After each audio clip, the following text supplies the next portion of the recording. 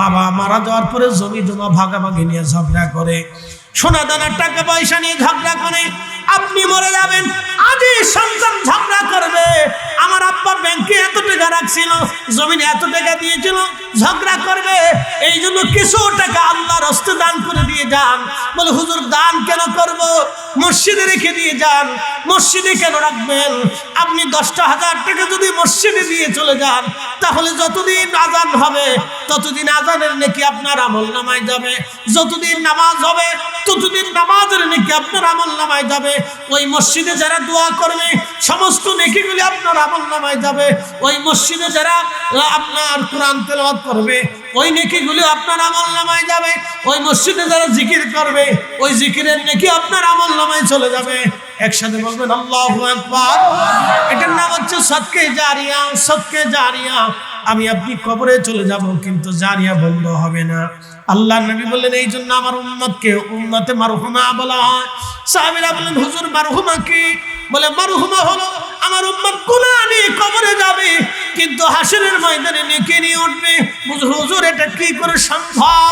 নবীজি বললেন সাহাবীরা রে, আমার উম্মত যখন গুনাহ নিয়ে যাবে কিন্তু নেকি দেখে বলবে আল্লাহ এত নেকি তো আমি আদায় করি নাই। আল্লাহ বলবে বান্দারে তুমি মারা যাওয়ার আগে সদকা জারিয়া রেখে আসছিলা, এমন কিছু নেকির ব্যবস্থা করছিলা, তুমি মারা যাওয়ার পরে অটোমেটিক কবরে নেকি চলতেছিল। তুমি আলেম বানায় রাখছো, যতদিন পর্যন্ত মাদ্রাসার আলেমরা ছেলেরা কোরআন পড়বে ততদিন আপনার আমলনামায় নেকি চলতে থাকবে। যেই ছেলেটা আলেম হবে যতদিন পর্যন্ত সে কোরআন পড়বে নামাজ পড়বে তত নেকি আপনার আমলনামায় চলতে থাকবে। আপনি মসজিদ বানিয়ে রেখে আসছেন, যতদিন মসজিদ থাকবে আযান হবে ততদিন আপনার আমলনামায় নেকি চলতে থাকবে। সন্তান আপনাকে ভুলে যাবে, বাবা মা ভুলে যাবে, আত্মীয় স্বজন ভুলে যাবে, গ্রামবাসী ভুলে যাবে, কেউ আপনার কথা মনে রাখবে না, সবাই আপনাকে ভুলে যাবে কিন্তু নেকি চলতে থাকবে। এটার নাম উম্মতে মারহুমা। নবী বলেন আমার উম্মতকে আল্লাহ উহুদ পরিমাণে বাড়াইয়া কিয়ামতের ময়দানে আমার আল্লাহ মাফ করে দিবে। একসাথে জোরে বলা যাবে আল্লাহু আকবার। কবর বড় কঠিন জায়গা। নবীজি কোন সাহাবী মারা যাওয়ার পরে কবরে নামানোর আগে বলতেন তার কোনো ঋণ আছে কিনা বলো। যদি ঋণ থাকতো নবীজি বলতেন ঋণ পরিশোধ করো। ঋণ পরিশোধ করার যদি ফ্যামিলির সামর্থ্য না হতো, প্রিয় নবী ধনী ধনী সাহাবীদেরকে ডাকতেন, সাহাবীরা আসতো, দেখো তার কি কি ঋণ আছে, আমার এই সাহাবীর ঋণগুলি মওকুফ করাইয়া তারপরে তারে কবরে নামাও। কারণ আল্লাহর হক যদি বান্দা রক্ষা না করে আল্লাহ মাফ করে দিবে, কিন্তু বান্দার হক যদি বান্দা রক্ষা না করে আল্লাহ মাফ করবে না। তার যত ঋণ আছে মওকুফ করে দাও। ও মুসলমান, মুসলমান তালিয়া পরাবাসী শাহজাহানপুরবাসী ভালো করে শোনা যাবে। এই জন্য তারা মরে যাওয়ার পরে জালিম যারা তারা মারার পরে তাদের কবরের পাশে কেউ যায় না।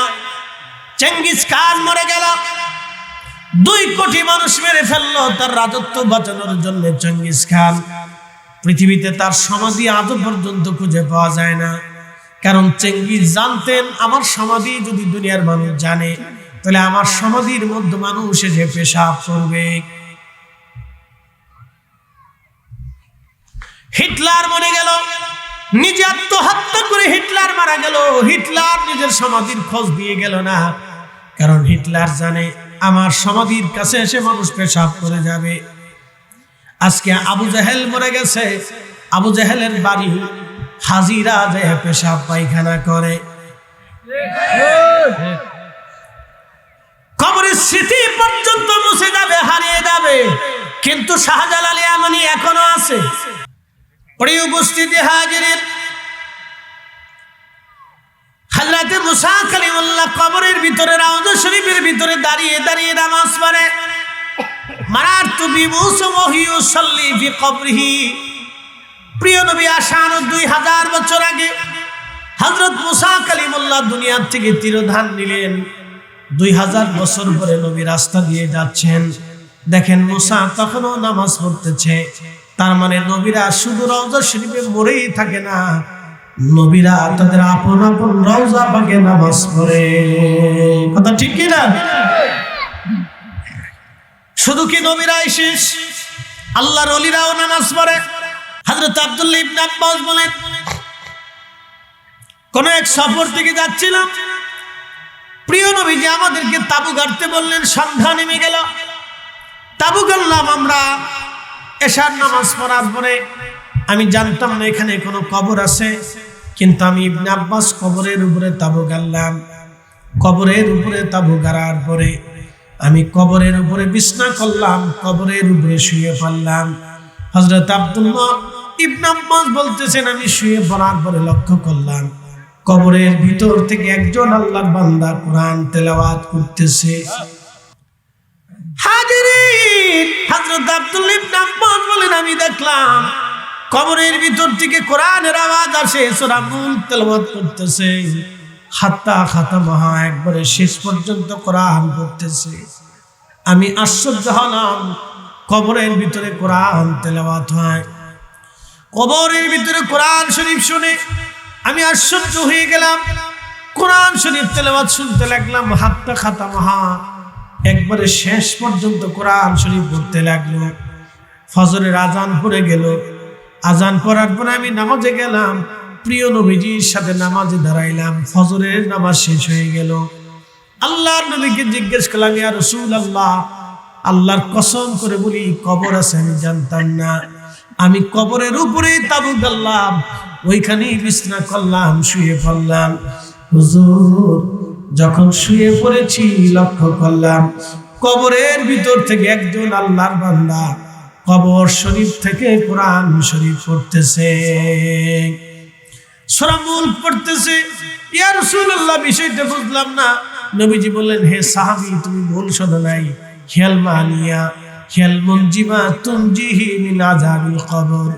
সাহাবী, ভুল শোনো নাই আমার আব্দুল্লাহ, আমার ভাই, তুমি ভুল শোনো নাই। এই সূরা মুলক হচ্ছে কবরের আযাব প্রতিরোধক, কবরের আযাব প্রতিরোধক। এই সূরা যে ব্যক্তি প্রত্যেকদিন এশার নামাজের পরে একবার করে তেলাওয়াত করবে, আমার রব, আমার আল্লাহ তাকে কবরের আযাব থেকে বাঁচিয়ে দিবে। একসাথে জোরে বলবেন আল্লাহু আকবার। ও মুসলমান, হয় ওলি হন, না হলে ওলির সঙ্গী হয়ে যান। বলে হুজুর, ওলি হওয়ার তো চেষ্টা করি না, আমরা যতটুকু সময় আল্লাহকে দেই এই সময় দিয়ে ওলি হওয়া যায় না।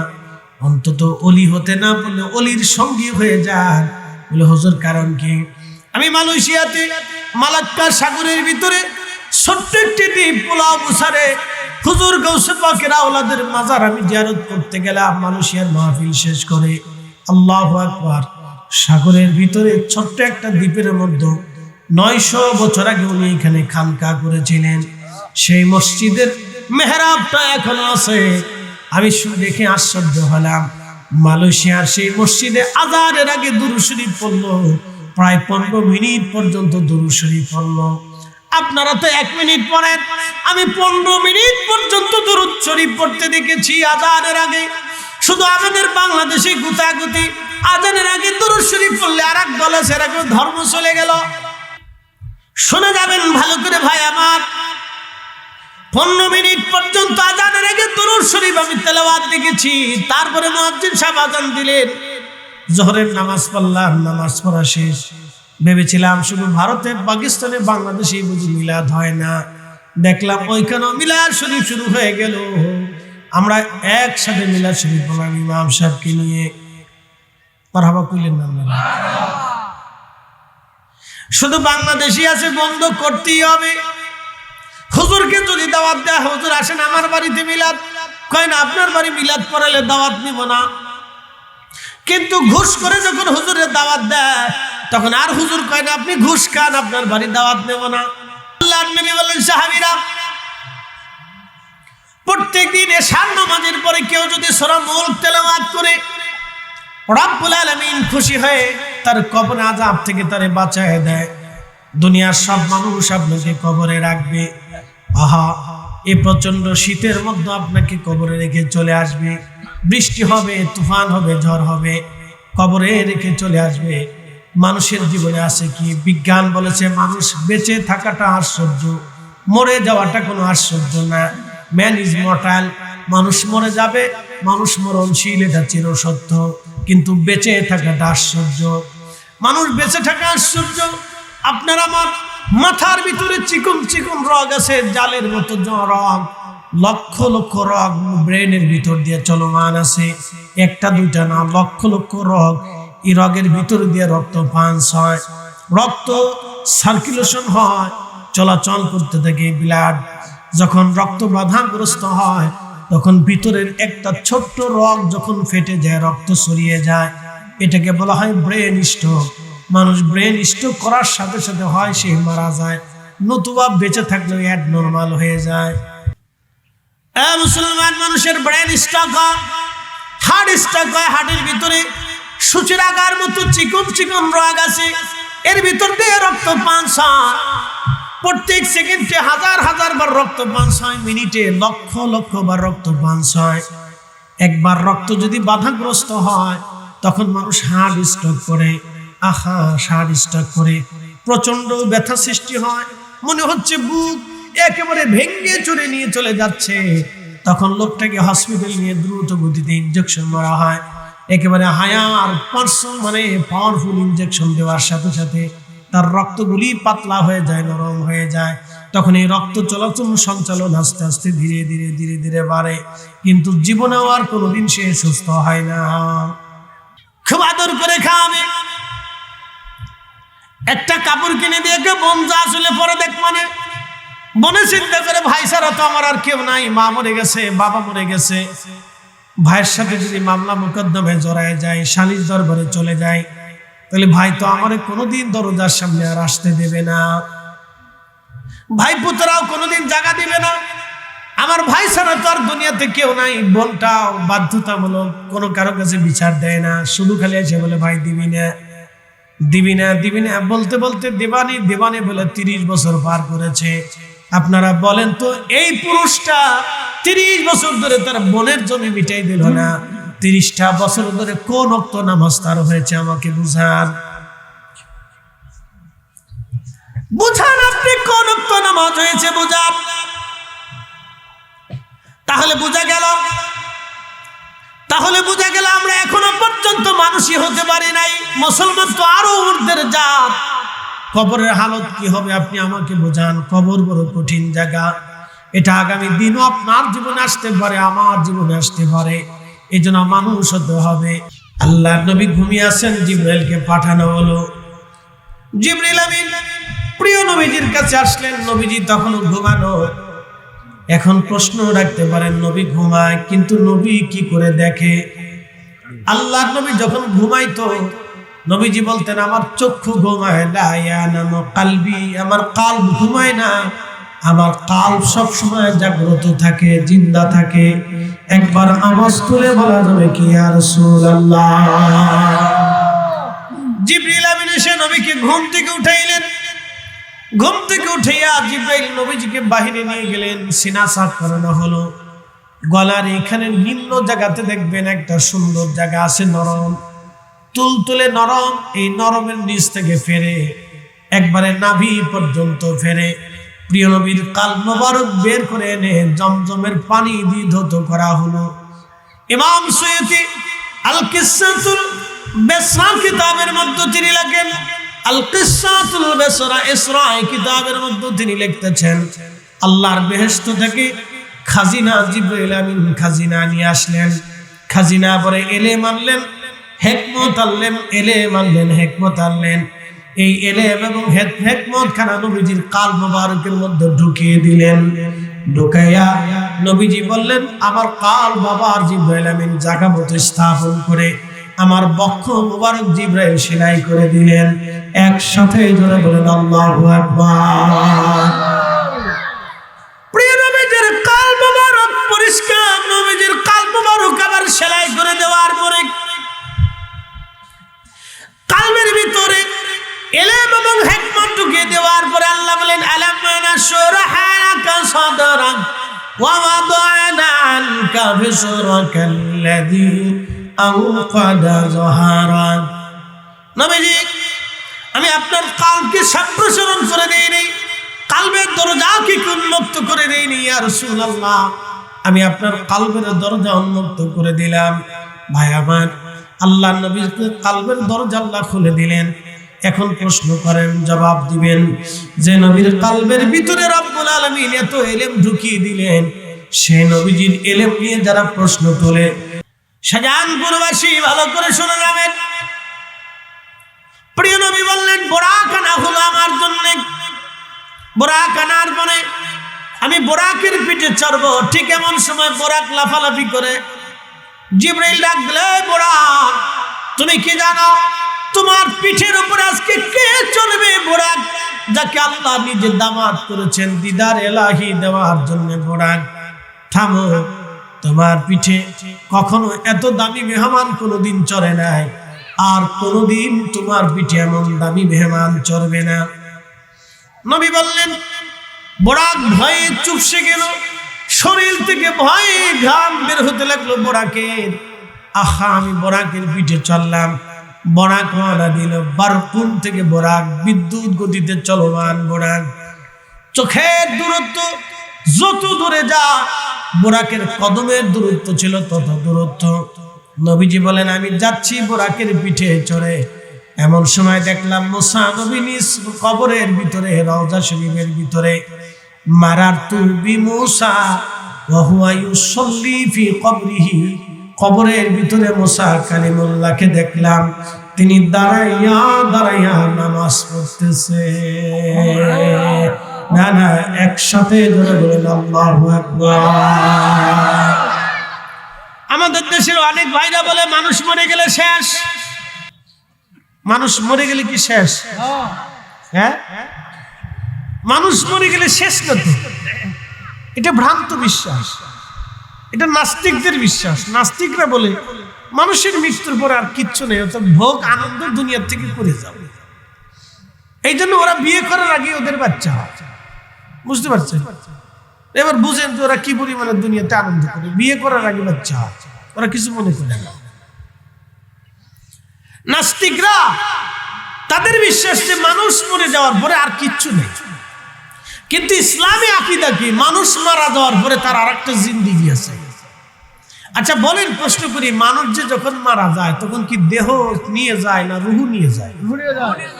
তো রুহু যে মানুষের বডির ভিতরে আরেকটা বস্তু আছে, এটা তো সত্য কথা, ঠিক আছে না? আমার ইঞ্জিন যে ভিতরে আছে, এটা তো সত্য। এখানে যারা বসে আছেন সবাই কিন্তু দেহে এবং রুহু একসাথে, দেহ রুহু ধারী। এটাকে বলা হয় মানব, আব্দুল, বান্দা। আব শব্দের অর্থ হচ্ছে রুহু এবং দেহকে সমন্বয় করে যেটা মানুষ পৃথিবীতে চলাচল করে, এটাকে আব্দুল বলা হয়, আব্দ বলা হয়। ভালো করে বুঝবেন তো। মানুষের দেহ থেকে রুহু নিয়ে চলে যায়, কিন্তু দেহ তো আল্লাহ নেয় না। দেহটা মানুষের বডির ভিতরে তৈরি করছে, মার রেহেমের ভিতরে আমাদের দেহ আল্লাহ বানাইছে, নাকি কথা ঠিক আছে? এই স্যাসিস আল্লাহ মার পেটে বানাইছে। আর যে ইঞ্জিন, টাটা কোম্পানির ইঞ্জিন, এই টাটা কোম্পানির ইঞ্জিন রুহের জগতে আল্লাহ বানিয়েছে। এটা নাম হচ্ছে মিন কবলি। আল্লাহ বলেছেন ওয়ায়াসআলুনাকা আনির রূহ, মানুষরা আপনাকে রূহ সম্পর্কে জিজ্ঞেস করে, হুজুর বলেন, কুলির রূহু মিন আমরি রব্বি, এটা আমার হুকুম, হুকুমে যাবে, হুকুমে আসবে। 14 পুরুষের ক্ষমতা নাই আপনার ধরে রাখা। এদেশের কত মন্ত্রী, মিনিস্টার, এমপি, রাজা যারা কবরে চলে গেছে, তাদের কবরের পাশে আজকে কেউ যায় না, কেউ দাঁড়ায় না। ক্ষমতা যতদিন আছে তাদের বাড়ির পাশে ঘুরঘুর ঘুরঘুর করে মানুষ ঘুরবে। ক্ষমতা শেষ, কবরের পাশে আর কেউ যায় না। এই আস্তে করে ধরে বলেন, ক্ষমতা শেষ আর কেউ বলে কবরের কাছে গেলে টেন্ডার পাওয়া যায়, কবরের কাছে গেলে ওই আপনার চাকরি পাওয়া যায় না, কবরের কাছে গেলে রাষ্ট্রীয় সুযোগ সুবিধা পাওয়া যায় না। এই জন্য এদের কবরের কাছে কেউ যায় না। কথা ঠিক আছে কি? এদের কবরের কাছে কেউ না। আর এদের কবর যে কোন জায়গায় আমি নিজে করতে পারি, যে জায়গায় হোক, বনানী গুলশান বনানীতে নিয়ে যায়। কত গুলশান বনানী গোরস্থানে যায়, দেখবে না হারে হাজার হাজার কোটি টাকার মালিকের কবরের উপরে দুবরাকার জন্মেছে।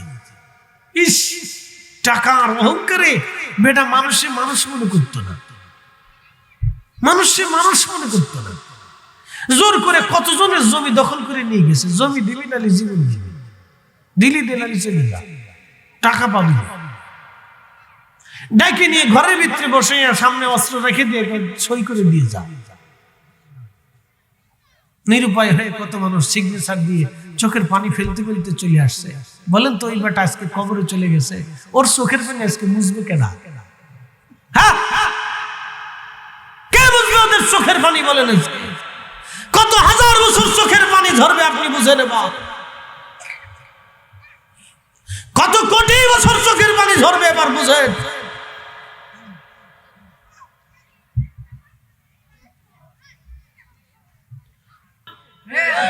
আসতে বলবেন না, জোরে বলেন, জোরে বলেন, জোরে বলেন। আসেনি?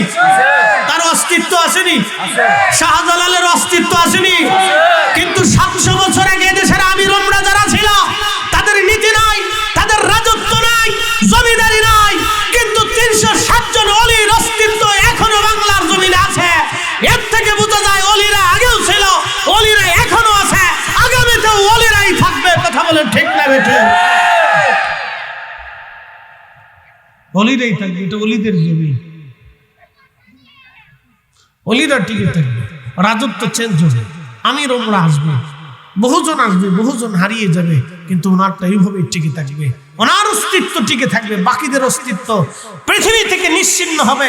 মোগলদের অস্তিত্ব বিলীন হয়ে গেছে, সালতানাতদের অস্তিত্ব বিলীন হয়েছে, নবাবীদের অস্তিত্ব বিলীন হয়েছে, ব্রিটিশদের অস্তিত্ব বিলীন হয়েছে, পাকিস্তানিদের অস্তিত্ব বিলীন হয়ে গেছে।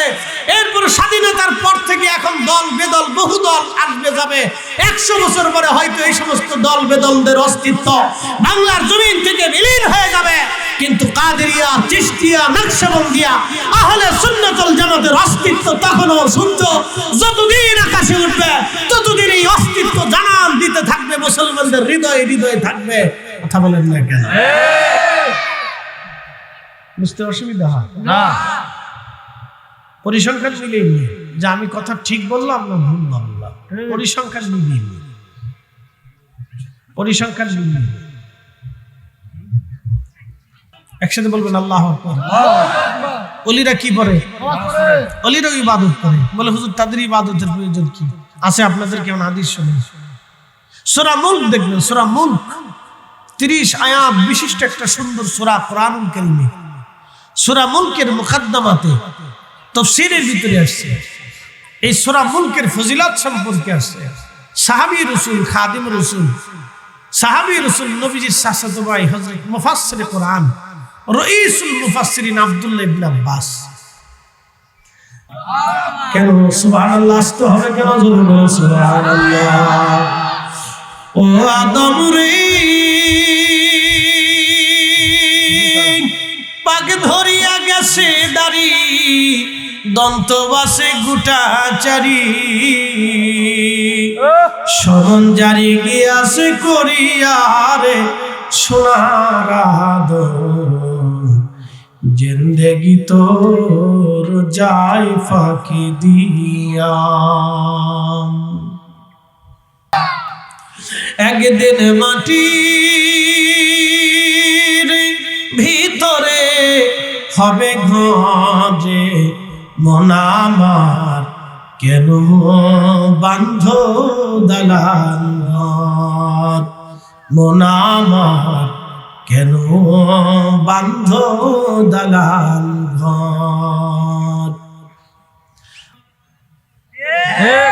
আসতে বলতে আমি কি হক কথা বল? বেশি বলে ফেলছি না? বেশি বলিনি, কারণ সামান্য কেমন খুশা বলছি, লারা দিছি, বাকি লারা দিলেন কিছু থাকবে না, সামান্য একটু লারা ছাড়া দিছি। কি কথা ঠিক আছে কেন?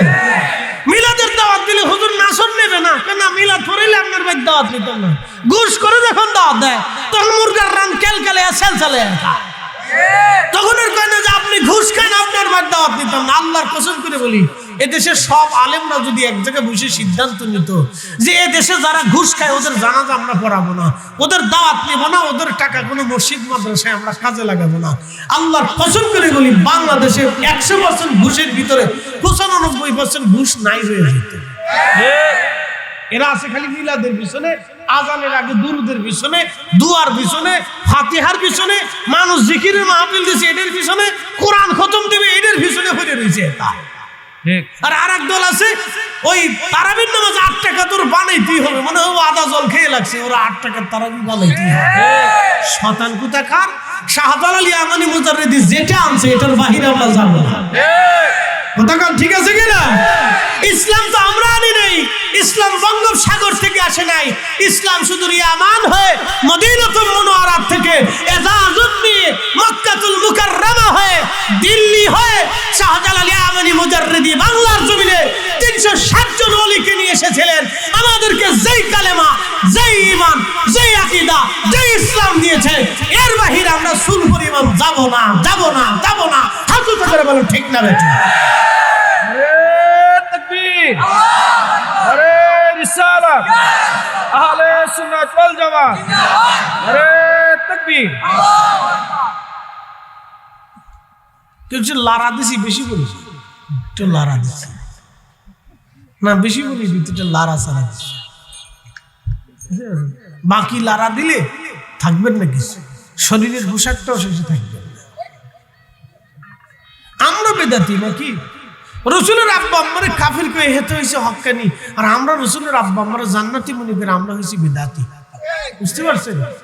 উদুর ফিনকে বুদুর করে চুরি করছে একজন, সাফাইছে আরেকজনের ঘাড়ে নিয়ে। শয়তানি চিন্তা করে আমি খুব বিজয় লাভ করছি। এই শুনে যাবেন, আহলে সুন্নাত ওয়াল জামাতের বিকল্প কোনো রাস্তা নাই।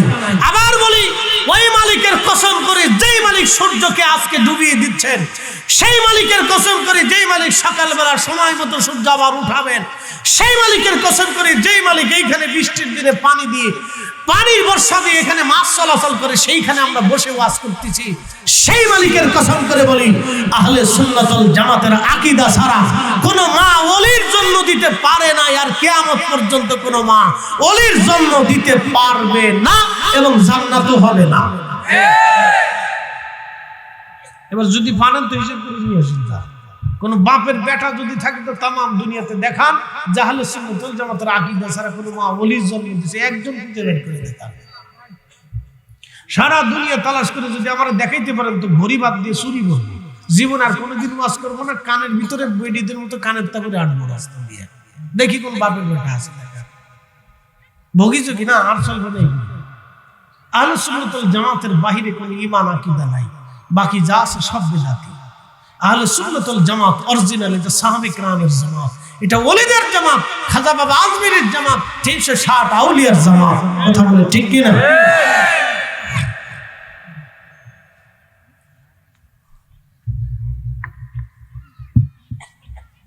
সাহাবী বলতেছে, রাসূল করিম বললেন, ইয়াল মানি হাল মুনজিবা তুনজিহি মিন আযাবিল কবর। সাহাবীরে কোন শুনো নাই, ওটা কবরের আযাব।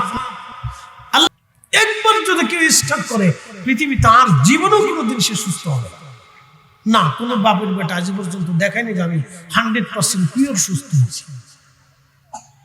একবার ডায়াবেটিসে যারা ধরছে জীবনে আর এই ডায়াবেটিস তার কোনোদিন সারে না। ক্যান্সারে যারা ধরছে তার জীবনে কোনো অ্যান্সার নাই। এগুলি আল্লাহর পক্ষ থেকে গজব। নবী বলছেন উম্মত কিয়ামত আসবে, আকাশ ভেঙে যাবে,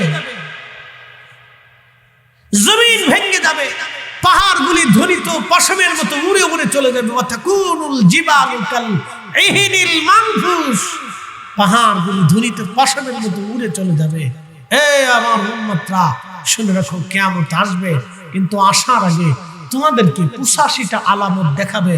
তার ভিতরে একটা আলামতের নাম হচ্ছে হঠাৎ মৃত্যু বেড়ে যাবে, মানুষের স্টক বেড়ে যাবে। সারা পৃথিবীতে 5% মানুষ স্টকে মারা যায়, 100%-এর ভিতরে 5 জন মানুষ স্টক করে মারা যায়। সারা পৃথিবীতে 100 জন মানুষের ভিতরে 1 জন মানুষ স্টক করে মারা যায়। বুঝতে পারতেছেন এটা কত পরিমাণে গজব সারা পৃথিবীতে নেমে আসছে। হঠাৎ সকালবেলা নাস্তা করে এসে দুপুরবেলা এসে শুনে গেছে পরিবর্তী মরে গেছে। বলে কারণ কি? খাইতে উঠে বাসায় যে বিশ্রাম করতে গেছে, শুইছে যে শীতে পড়ছে আর কাইতে পড়ছে আর উঠতে পারে নাই। কি হয়েছে? বলে স্টক করছে, শেষ। বয়স কত? বলে 40। ঢাকা শহরে যায় দেখেন, হৃদরোগ ইনস্টিটিউটে যায় দেখেন 10 বছরের ছেলে স্টক করছে, 20 বছরের ছেলে স্টক করছে। এই বেডিরা ভালো করে শুনুন, মহিলারা আছেন? হ্যাঁ, ওই মহিলারা ভালো করে শুনেন, খালি তো হুস্কা খেয়ে গেল। ওই যে বাজার দিয়ে দেখতেছেন কি পরিমাণে ঢুকছে, বাপরে বাপ। বিটিকার শরম লজ্জা আছে, কিচ্ছু নেই। ওই বাজারের ভিতরে ঢুকছে, কি পরিমাণে কেনাকাটা করতেছে, বাপু বাপ, ভ্যাঁ ভু টুন টুন।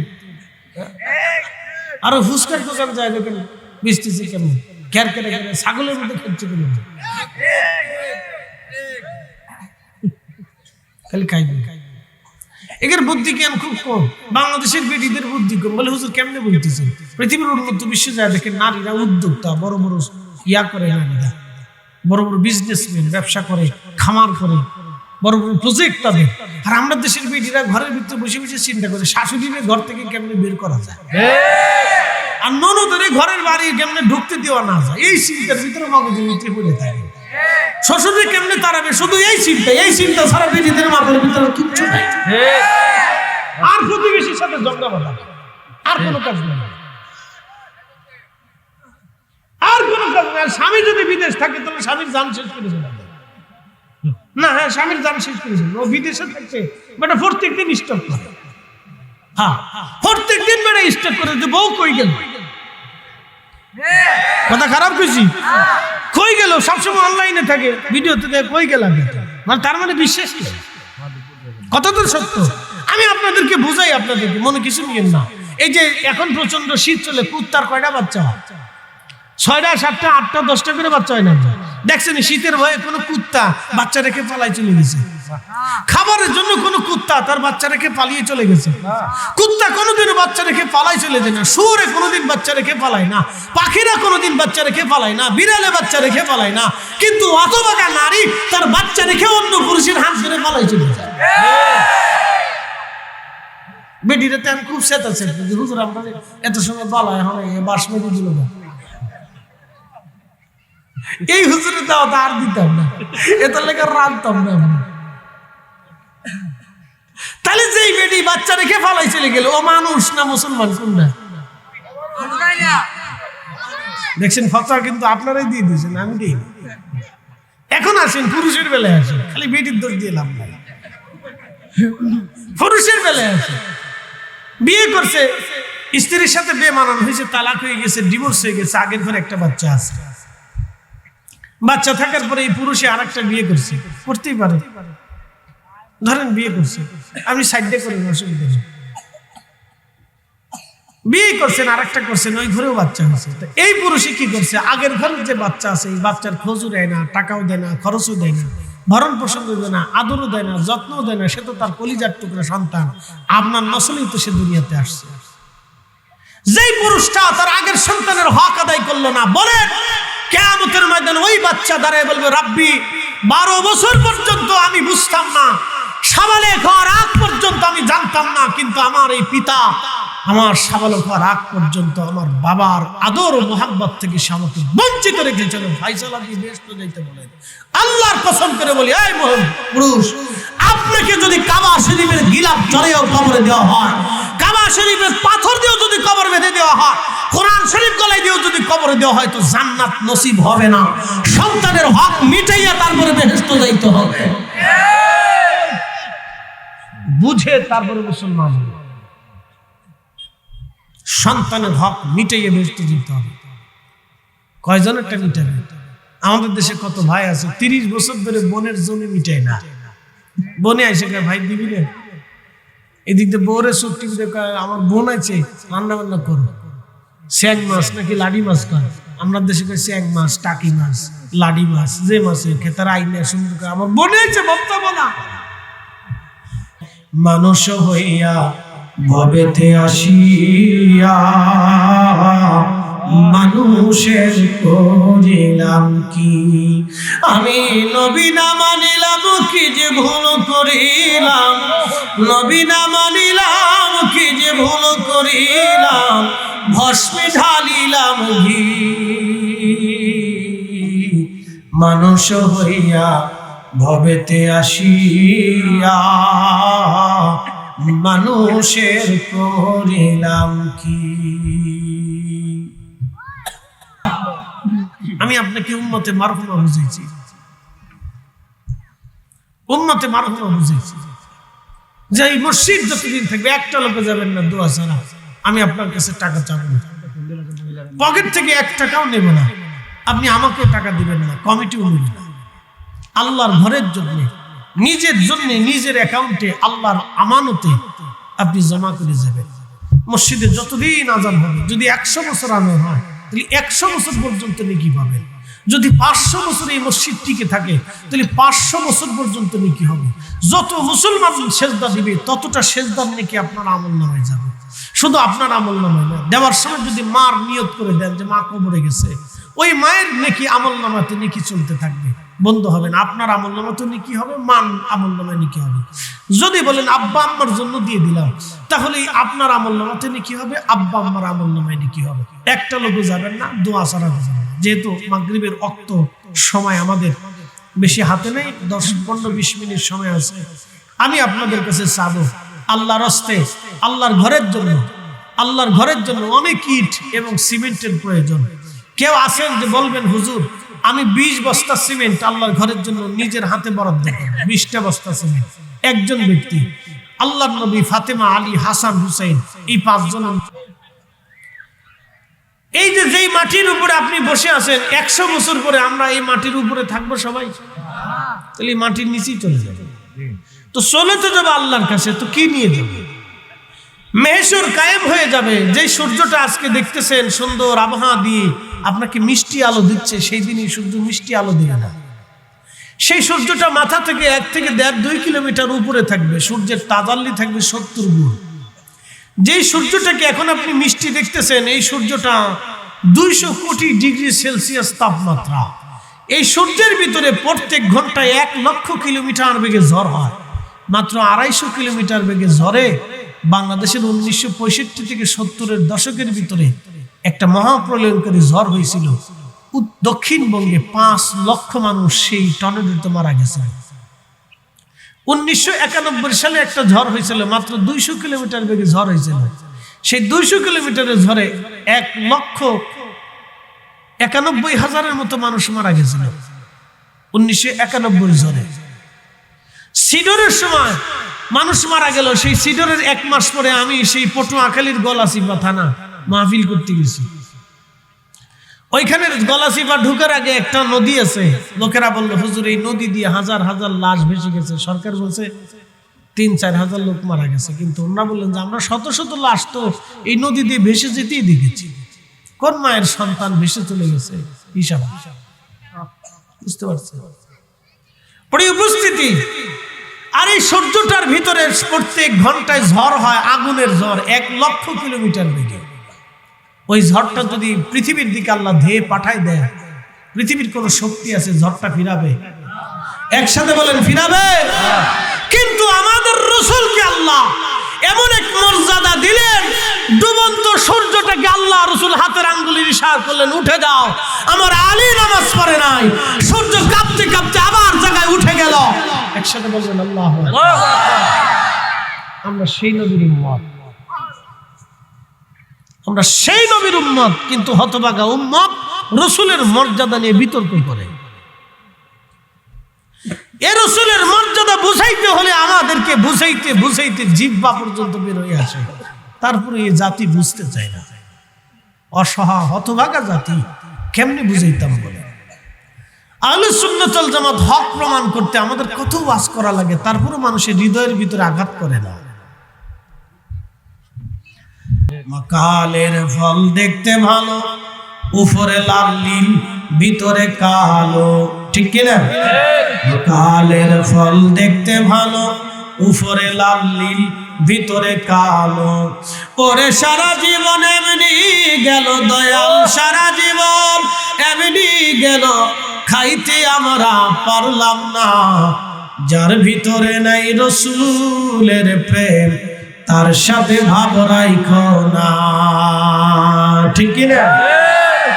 যার ভিতরে নাই রাসূলের প্রেম, তার সাথে ভাব রাইখো না। উত্তর সুরমাবাসী, তেলিয়াপাড়াবাসী, ইউনিয়নের নাম কি? তেলিয়াপাড়া, শাহজাহান। তেলিয়াপাড়া কোনটা? বাজার। আচ্ছা, ঠিক আছে।